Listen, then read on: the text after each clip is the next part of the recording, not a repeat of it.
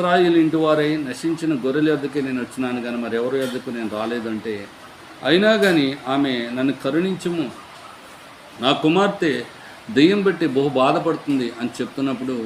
యేసుప్రభు వారు అంటారు, పిల్లల రొట్టె ముక్కలు తీసుకుని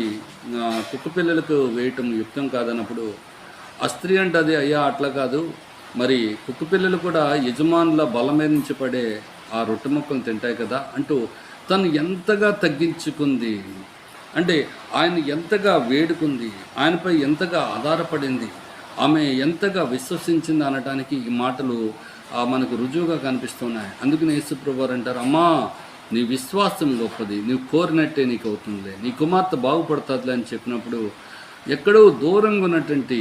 తన కుమార్తె ఏమైందంటే బాగుపడింది. అంటే ఏం పంపించినాడు ఆయన అంటే తన వాక్కు, తన మాట, మరి తన మాట ఆ వ్యక్తిని ఏం చేసిందంటే ఆ కుమార్తెను బాగు